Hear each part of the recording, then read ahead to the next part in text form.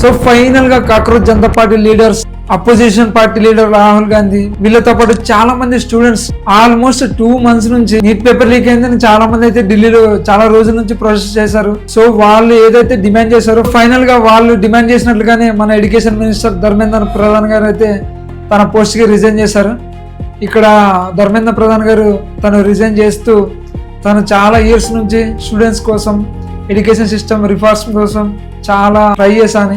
అంతేకాకుండా మన strong nation కోసం చాలా బలమైన ఎడ్యుకేషన్ సిస్టమ్ అవసరమని, దాంతో పాటు మన ఇండియాలో ఉండే యూత్ యొక్క సెంటిమెంట్స్, వాళ్ళ విజనరీ, వాళ్ళ ఆస్పిరేషన్స్ కూడా నేను చాలా రెస్పెక్ట్ చేస్తా అని, అంతేకాకుండా ఇన్ని ఇయర్స్ ఈ ఎడ్యుకేషన్ మినిస్టర్ గా సర్వ్ చేయడానికి ఆపర్చునిటీ ఇచ్చిన మన పిఎం మోడీ గారికి చాలా రెస్పెక్ట్ఫుల్ గా థ్యాంక్స్ చెప్పారు. సో ఇప్పుడు ఎడ్యుకేషన్ మినిస్టర్ ధర్మేంద్ర ప్రధాన్ గారు రిజైన్ అయితే అయిపోయింది. ప్రైమ్ మినిస్టర్ నరేంద్ర మోడీ గారు కొత్త ఎడ్యుకేషన్ మినిస్టర్ అయినటువంటి ప్రహ్లాద్ జోషి గారిని ఎడ్యుకేషన్ మినిస్టర్ గా అపాయింట్మెంట్ చేశారు. సో ఇప్పుడు మనం ప్రహ్లాద్ జోషి గారి గురించి కొన్ని ఇంట్రెస్టింగ్ విషయాలు తెలుసుకుందాం. ప్రహ్లాద్ జోషి గారు ఈ ఎడ్యుకేషన్ మినిస్టర్ బాధ్యతను స్వీకరించక ముందు ఆయన consumer affairs, food and public distribution తో పాటు రెన్యూబుల్ ఎనర్జీ మినిస్టర్ గా అయితే స్టిల్ సర్వ్ చేస్తూనే ఉన్నాడు. ఆయన సర్వీస్ లో ఇప్పటి వరకు ఆయన పైన ఒక్క అలిగేషన్ కూడా లేదు, ఒక్క కోర్టు కేసు కూడా లేదు. అంత స్ట్రిక్ట్ గా తన డ్యూటీని అయితే ఎప్పుడు ఫుల్ఫిల్ చేస్తూనే ఉంటాడు. సో ఆయన ప్రజెంట్ యూనియన్ మినిస్టర్ గా చేస్తున్న ఈ పోస్టులతో పాటు అడిషనల్ గా ఈ ఎడ్యుకేషన్ మినిస్టర్ అయితే పిఎం మోడీ గారు ఆయనకు అప్పచెప్పడం జరిగింది.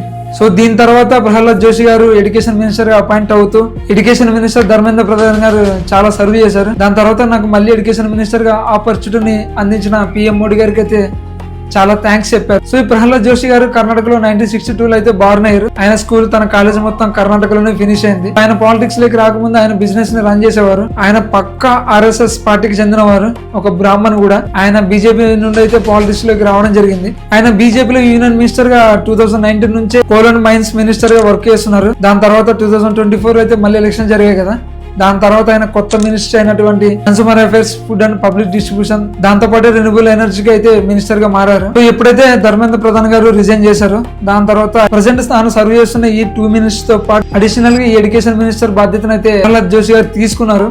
అయితే దీనిపైన మళ్ళీ కాంట్రవర్సీ అయితే మొదలైంది. అపోజిషన్ పార్టీస్ ఒకే మినిస్టర్ ఇన్ని రెస్పాన్సిబిలిటీని ఎంత ఎఫిషియెంట్ గా ఎలా వర్క్ చేస్తారని అపోజిషన్ పార్టీస్ అయితే ఈయన బ్లేమ్ చేస్తున్నారు. ఎప్పుడైతే ధర్మేంద్ర ప్రధాన్ గారు రిజైన్ చేశారో దాని తర్వాత గవర్నమెంట్ కూడా కొన్ని 60 రూల్స్ తీసుకొస్తా అని స్టూడెంట్స్ కి అయితే చెప్పడం జరిగింది. అప్కమింగ్ 2027 నీట్ ఎగ్జామ్ ని కంప్యూటర్ బేస్డ్ టెస్ట్ ద్వారా అయితే కండక్ట్ చేస్తాం. దాంతో పాటు నేషనల్ టెస్టింగ్ ఏజెన్సీలు అయితే కొన్ని రిఫార్మ్స్ తీసుకొస్తాం, అలాగే ఎడ్యుకేషన్ సిస్టమ్ లో కొన్ని రిఫార్మ్స్ తీసుకొస్తామని స్టూడెంట్స్ కి అయితే హామీ ఇచ్చింది. సో ఇదంతా జరిగిన తర్వాత కూడా ఈ కాక్రోచ్ జనతా పార్టీ ఢిల్లీలో ప్రొటెస్ట్ అయితే స్టాప్ చేయలేదు. దానికి రీజన్ ఏంటంటే వీళ్ళకి ఎడ్యుకేషన్ మినిస్టర్ యొక్క రిజైన్ తో పాటు ఇంకా కొన్ని డిమాండ్స్ ఉన్నాయి. ఆ డిమాండ్స్ ఏంటంటే ఎవరైతే నీట్ పేపర్ లీక్ వల్ల చనిపోయిన స్టూడెంట్స్ ఉన్నారో వాళ్ళకైతే 1 crore రూపీస్ అయితే ఇవ్వాలని వాళ్ళ డిమాండ్. దాంతో పాటు ఎడ్యుకేషన్ సిస్టమ్ లో చాలా రిఫార్మ్స్ తీసుకురావాలి. అంతేకాకుండా అక్కడ ప్రొటెస్ట్ చేయడానికి వచ్చిన చాలా మంది స్టూడెంట్స్ ని, కొంతమంది లీడర్స్ ని అయితే అక్కడ సెక్యూరిటీగా ఉండే పోలీస్ ఆఫీసర్స్ July 20th అయితే కొంచెం వాళ్ళపై చాలా శిక్ష యాక్షన్ అయితే తీసుకున్నారు.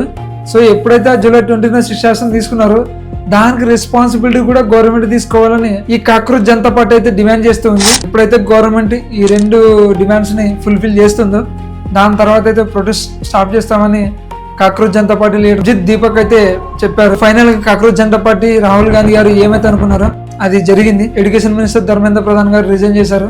దాని తర్వాత ప్రహ్లాద్ జోషి గారు వచ్చారు. సో వచ్చిన కొత్త ఎడ్యుకేషన్ మినిస్టర్ ప్రహ్లాద్ జోషి గారు ఆయన టైంలోనే సరే ఈ ఎడ్యుకేషన్ సిస్టమ్ అనేది చాలా చేంజ్ రావాలి, ఈ నీట్ ఎగ్జామ్ మళ్ళీ ఎప్పుడు కాంట్రవర్సీగా మారకూడదు, దానివల్ల స్టూడెంట్స్ ఎప్పుడు సఫర్ అవ్వకూడదని కోరుకుందాం.